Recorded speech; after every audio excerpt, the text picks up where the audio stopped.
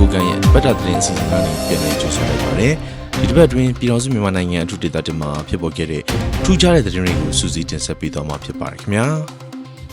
ပထမဆုံးသတင်းအနေနဲ့အမျိုးသားလူမျိုးရေးနဲ့တရားမျှတမှုအတွက်အသက်ပေးဆက်ခဲ့ကြတဲ့တော်လှန်ရေးအာဇာနည်တွေကိုဂါရပြုတဲ့သတင်းကိုတင်ဆက်ပေးပါမယ်ပြီးခဲ့တဲ့ဧပြီလ4ရက်နေ့နဲ့5ရက်နေ့တွေမှာအထူးဒေသတွေအတွင်းကဒုံရှမ်းတောင်ကိုရန်လုံးချိုင်းနဲ့ဟိုဟန်အစရှိအာဇာနည်ပေးမှန်တွေမှာချင်းမင်းတင်ញိုင်ကြောပွဲခန္ဓာတွေကိုတပြိုင်နက်တည်းကျင်းပခဲ့ကြပါတယ်ဒီခန္ဓာတွေကို MNDAA စီဦးစီးဌာနချုပ်ကခေါင်းဆောင်တွေအချို့ကော်မတီကိုယ်စားလှယ်တွေနဲ့အာဇာနည်မိသားစုဝင်တွေတွေ့ရောက်ခဲ့ကြပါတယ်ဒုတိယစီဦးစီးမှုဗိုလ်မှူးကြီးမစ္စတာလီရှိချက်ကဝန်ထမ်းချင်းအထိမ်းအမှတ်မိန့်ခွန်းပြောကြားခဲ့ရမှာနှစ်သက်မှကိုပြန်လည်ထောင်ရေးတိုက်ပွဲကနေတစနစ်ကွန်စစ်စင်ရေးအထိအာဇာနည်တွေရဲ့ရဲစံတက်တီတွေကိုပြန်လည်ဂုဏ်ပြုခဲ့ပြီးသူတို့ရဲ့ဆွလွန်အနစ်နာခံမှုတွေကိုမျိုးဆက်တွေကဆက်လက်ထိန်းသိမ်းသွားကြဖို့တိုက်တွန်းပြောကြားခဲ့ကြောင်းသိရှိရပါတယ်ခင်ဗျာ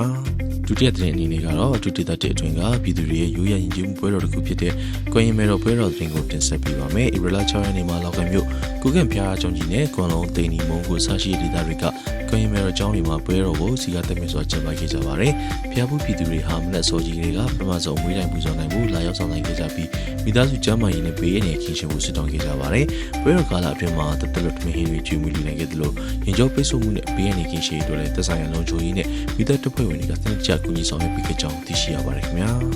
ဆက်လက်ပြီးလောက်ကိုင်းမြို့မှာဖြစ်ပွားခဲ့တဲ့မိလောင်မှုတင်ကိုတင်ဆက်ပေးပါမယ်။ဧပြီလ10ရက်နေ့အစောပိုင်းကလောက်ကိုင်းမြို့ချင်းစန်းချင်းမြို့နယ်တွေကလမ်းဘေးစားသောက်ဆိုင်မှာကက်ဆိုးပောက်ကွဲရာကနေမိလောင်မှုစတင်ဖြစ်ပွားခဲ့ပါတယ်။တင်ရခြင်းပဲအထူးဒေသမိသက်တပ်ဖွဲ့ကအချိန်မီလာရောက်ညှိနှိုင်းနိုင်ခဲ့တဲ့အတွက်နိုင်ဝဲလောက်အကြာမှာမိငိမ့်သွားခဲ့ပါတယ်။ရန်ကုန်ထောက်မစွာနဲ့မိန်းကလေးငယ်တူသားတန်းရအနေငယ်ရရှိခဲ့ပြီးအသက်အနည်းထိခိုက်မှုတော့မရှိခဲ့ပါဘူး။ဒီဖြစ်စဉ်နဲ့ပတ်သက်ပြီးမိဘပြည်သူတွေအနေနဲ့ကက်ဆိုးနဲ့လျှက်စစ်မီသုံးဆွေရမှာအထူးပြုကြဖို့မိသက်ဌာနကတိုက်တွန်းလို့ဆိုထားကြောင်းသိရှိရပါတယ်ခင်ဗျာ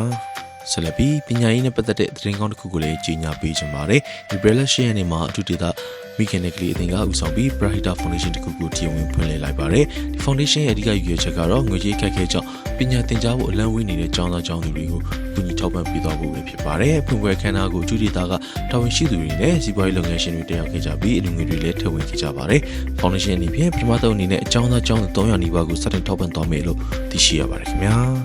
နောက်ထပ်သတင်းပုံအနေနဲ့အထူးဒေသရဲ့အုပ်ချုပ်ရေးရန်ရပုံမှုခိုင်မာစီဖို့ရည်ရွယ်ဖွင့်လှစ်တဲ့သတင်းကိုတင်ဆက်ပေးပါမယ်။ဒီပရာ9ရက်နေ့မှာပြစ်မအချိန်မြောက်အုပ်ချုပ်မှုဆိုင်ရာစီမံခန့်ခွဲမှုတင်ဖွင့်ပွဲကိုကျင်းပခဲ့ပါတယ်။အခမ်းအနားကိုအထူးဒေသအုပ်ချုပ်ရေးကော်မတီဒုတိယဥက္ကဋ္ဌမစ္စတာပွန်တာလီနဲ့ကိုကန်ခိုင်ပါတီကော်မတီတွင်ရေးမှူးမစ္စတာဂျိုဝမ်ဂျွင်းတို့တက်ရောက်ခဲ့ကြပါတယ်။တင်ရဲ့အဓိကရည်ရွယ်ချက်ကတော့အရာရှိနဲ့ဝန်ထမ်းတွေလုပ်ငန်းစွမ်းရည်မြင့်တင်ပေးဖို့နဲ့ပြည်သူကိုပုံကောင်းမွန်တဲ့ဝန်ဆောင်မှုတွေပေးနိုင်ဖို့ပဲဖြစ်ကြောင်းသိရှိရပါတယ်ခင်ဗျာ။ဒီတစ်ပတ်အတွက်နောက်ဆုံးသတင်းအနေနဲ့ကိုခိုင်မျိုးနယ်ဘက်က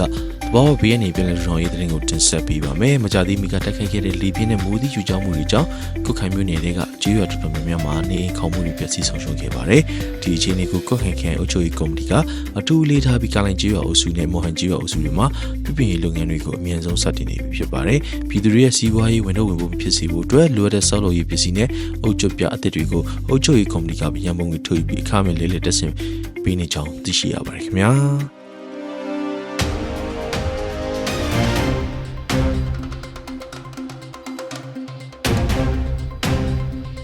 ဘတ်အတွက်ပြည်တော်စုမြန်မာနိုင်ငံအထူးဒေသကြီးအထူးခြားတဲ့သတင်းပြတွေကိုတင်ဆက်ပေးခဲ့တာဖြစ်ပါတယ်။ရှိရှုနားဆင်ပေးကြတဲ့မိဘပြည်သူအားလုံးကိုလည်းကျေးဇူးတင်ရှိပါတယ်။နောက်တစ်ပတ်သတင်းစီစဉ်မှာပြန်လည်ဆုံတွေ့ကြပါမယ်ခင်ဗျာ။